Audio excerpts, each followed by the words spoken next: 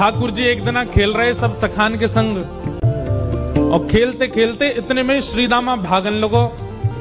ठाकुर जी बोले, ए श्रीदामा कहां को जा रहे है? श्रीदामा बोलो, लाला ससुराल जा रहा हूं अपनी। ठाकुर जी बोले, नंदगाम सुनो, बरसानो सुनो, वृंदावन सुनो, गोकुल सुनो, जे ससुराल कौन सा गांव है भैया?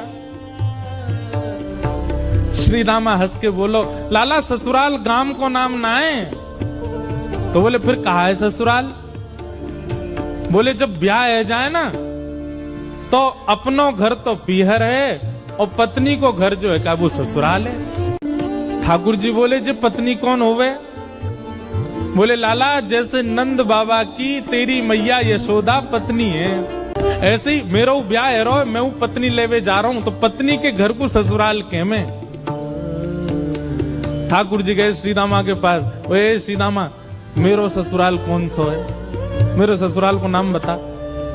श्रीदाम बोलो, मुंह का पता तेरा ससुराल कौन सा? तेरी बहू जहां की होगी वही तेरा ससुराल। बोले, मेरी बहू कहाँ है? श्रीदामा बोलो, लाला मुंह मत पूछे, मैया तो जाके पूछ। ठाकुर जी तो आज पहुंच गए सुबेरे ही, और यशोदा मैया से जाकर के रोने लगे। मैया बोली, काय गुरो रा लाला? बोले, मैया तेने मुझे इतनी बड़ी बात छिपाई। मैया बोली, कहा छुपा दियो मैंने? बोले, तेने मेरी ससुराल को नाम ना बतायो आज तक। मैं 3.5 बरस को बूढ़ा हो, अभी तक मुंह मेरी ससुराल ना पता, और वो श्रीदामा अपनी ससुराल गए बहू लेवे।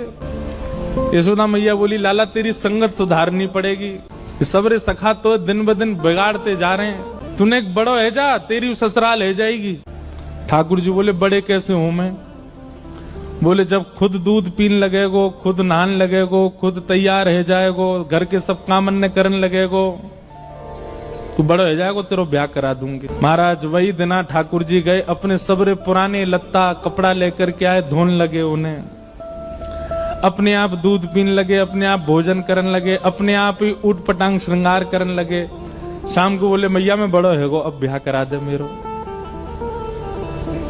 मैया बोली, वाह दिन में ही बड़ो है गो तू। मैया तो बोले, मैया देख तू बात ने मत बदले, बार बार मोते कह तू ऐसो कर तो ब्याह कराऊंगी, बड़ो है जा तो ब्याह कराऊंगी। अब सब काम मैंने कर दिए, घर के सब काम काज करने लगो मैं, देख अपनो श्रृंगार खुद करके आऊं, देख कैसो लग रहा हूं मैं। मैया बोली, ओठ वाली चीज आंखन में लगा के आयो, आंख वाली ओठन में लगा के आयो, यूं करो बड़ो है गो मैं। ठाकुर जी बोले, मैया मेरो ब्याह करा दे, नहीं तो श्रीदामा बहू लेके आ रहा हूं, बाकी बहू ले आऊंगा मैं, वही की बहू को ले आऊंगा, वही की ससुराल को अपना बना लूंगा। तभी एक सखा दौड़ो दौड़ो आयो, बोले, ए लाला देख श्रीदामा बहू लेके आ गो। बहू को नाम सुनते ही ठाकुर जी तो मचल गए, लेके चल मुंह को जल्दी। मैया रोकने लगी, बोले, लाला ने सुधर के तो जा, कैसो बन के जा रहा है? ठाकुर जी तो दौड़े दौड़े गए, बोले, बीच रास्ता में रोक ले, सबको कथा पता है। माधवी की माँ ने पहले ही मना करके भेजा था कि बोले, तेरे सखा, तेरे पति जो श्रीदामा, उनके जो सखा कृष्ण है, उनको मुख मत दिखाइयो। ठाकुर जी पालकी में घुस गए, हाथ पांव जोड़ के कहने लगे, भाभी जी एक बार ने अपनो मुख दिखाए दो, लेकिन माधवी ने नहीं दिखाया। ठाकुर जी कह रहे हैं, देख ले, बड़े बड़े जोगी, बड़े बड़े तपस्वी, बड़े बड़े ध्यानी हमारे मुख को देखवे के काजे तड़पे, और हम तेरे सामने बैठे, तू हमें मोहना दिखा रही अपनो। माधवी ने मुख नहीं दिखाया। ठाकुर जी बोले, ठीक है, तड़पेगी मुंह को देखवे के काजे। माधवी बोली, मोह ना तड़पनो, मेरे पास मेरो खसम है, वही देख लूंगी, तुम्हें काई को देखना। ठाकुर जी बोले, वचन दे के जा रहा हूं, तड़पेगी।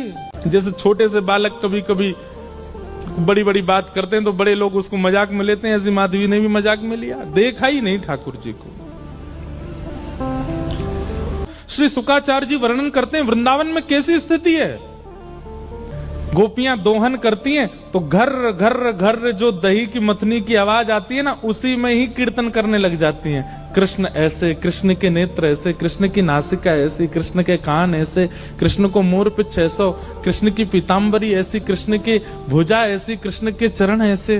कोई गोपी अपने घर में चौका लगा रही है और चौका में पौंछा की जो छर्र छर्र आवाज आवे, वही छर्र छर्र ध्वनि में ही कीर्तन करने लग जाए, कृष्ण ऐसे, कृष्ण ऐसे। हसितम मधुरम, चलितम मधुरम, वमितम मधुरम, मधुराधिपते अखिलम मधुरम। इन सबकी बातें सुनकर के मीराबाई, माधवी को ऐसा लगता है कि इन सब से तो मैं श्रेष्ठ हूं, कम से कम अपने पति की ही हूं, इन सब की तरह तो नहीं। पूरे दिन उस कृष्ण की प्रशंसा करती रहती हैं। सब गोपियां माधवी से कहती हैं, अभी तक तेरे सामने आयो ना है और तेने अभी तक देखो ना है। अरे या प्रेम को काम भावनाते मत देखियो, 3.5 वर्ष को 4 वर्ष को है, लेकिन वहां के प्रति एक अलग ही प्रेम प्रकट है जाए। माधवी सबको ज्ञान देती है, बोले चाहे 3 वर्ष को 4 वर्ष को है तो अन्य पुरुष, क्यों उसकी बातें करती हो, क्यों उसकी ओर देखती हो। लेकिन 24 घंटे गोपियों के बीच में रहती माधवी को और कोई चर्चा ही नहीं सुनाई देती।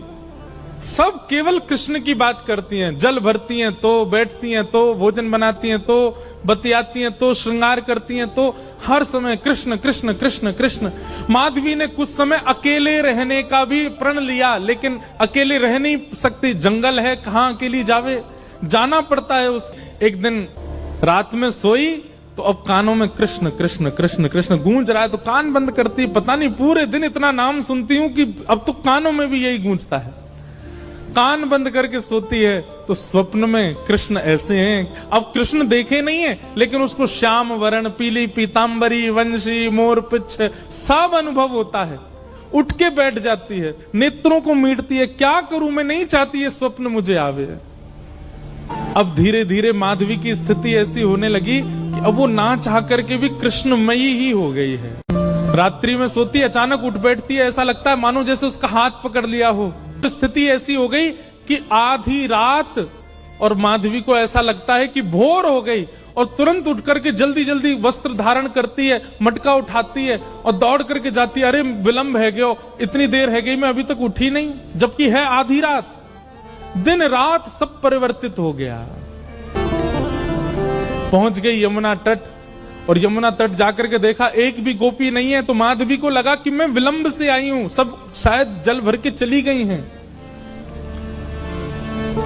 जल भर के रोज जाती है माधवी, लेकिन आज पता नहीं उस पात्र में इतना भार कहां से आ गया कि स्वयं ही नहीं उठा पा रही है। इधर उधर देखने लगी, याचना करने लगी, कोई तो आवे, कोई तो उठा दे, और तभी कोई नहीं है वहां। नंद नंदन श्याम सुंदर चलते हुए आ रहे हैं माधवी के पास। माधवी की मति घूम गई है, आधी रात ही आ गई, और तभी ठाकुर जी वहां पहुंच गए। पहले तो चाल देखी तो चाल पर मोहित हुई, फिर जब वक्ष देखा तो वक्ष पर, जब हाथ देखे तो हाथ की चलन पर मोहित हो गई, और मुख देखा तो भूल गई सुध बुध। ठाकुर जी आए और आकर के मंद मुस्काए के बोले, हेरी गोपी उचाए ना पा रही, चल ले मैंने एक हाथ लगा दूं, उचाले याकू। और एक तरफ से माधवी ने मटकी पकड़ी और दूसरी तरफ से ठाकुर जी आकर के नन्हे से गोपाल जी ने जैसे ही हाथ लगाया, मटकी उठने लगी। लेकिन मटकी पर नेक सहारा देते माधवी रख लेती, ऐसा नहीं। ठाकुर जी मटकी उछा के, जैसे जैसे मटकी उछ रही है वैसे वैसे ठाकुर जी लंबे होते जा रहे हैं, और बिल्कुल माधवी के नेत्रन के सामने आकर के खड़े है गए। कटाक्ष नेत्रों के सामने कोई गोपी टिक नहीं पाती, और माधवी को ठाकुर जी प्रत्यक्ष देख रहे हैं, सामने खड़े हैं कि। और वो एक क्षण के लिए जो रूप माधुरी का दर्शन हुआ, वो दर्शन देकर के ठाकुर जी खिलखिल करते हुए भाग गए वहां से। अब माधवी चाहती है कि पीछे भागे, लेकिन पैर स्तब्ध हो गए। माधवी चाहती है कि चिल्लाए कि रुक जाओ, पर बोल नहीं पा रही है। माधवी चाहती है कि इधर गए मैं नेत्र घुमा करके देख लूं, पर नेत्र घूम नहीं पा रहे। पूरा शरीर मानो जैसे एक स्थूल स्तब्ध एक मूर्तिमंत की तरह खड़ा हो गया है। केवल नेत्रों से अश्रु गिर रहे हैं, कुछ नहीं कर पा रही, बेसुध है माधवी। वहीं खड़ी रही तब तक जब तक भोर में गोपियां जल भरने नहीं आ गईं। अश्रु जलों से जल पूरा वस्त्र भीग चुके हैं माधवी के। और तभी सब गोपियां आई, आकर के देख, अरे ये माधवी ये पहले ही आ गई जल भरवे। सब ने जाकर के हिलाया स्पर्श के बाद भी माधवी हिल नहीं पा रही है, बस नेत्र लाल पड़े हैं, अपलक नेत्र हैं और नेत्रों से केवल अश्रु गिर रहे हैं। बोलना चाहती है, कहना चाहती है, चिल्लाना चाहती है, किसी को पकड़ना चाहती है, पर कुछ नहीं कर पा रही है। तब एक गोपी गई और जमुना जल लेकर के जैसे ही माधवी के मुख पे छिड़को, माधवी तुरंत सचल जैसी हो गई और धड़ाम से मूर्छित होकर गिरी। गोपियां सब उसके चरण मसलने लगी, हाथ पकड़ने लगी, सिर सहलाने लगी और जैसे होश में आई, होश में आती बस रो रही है और पूछ रही है वो कहां है, मोहिनी मूरत सांवली सूरत, वो कहां है।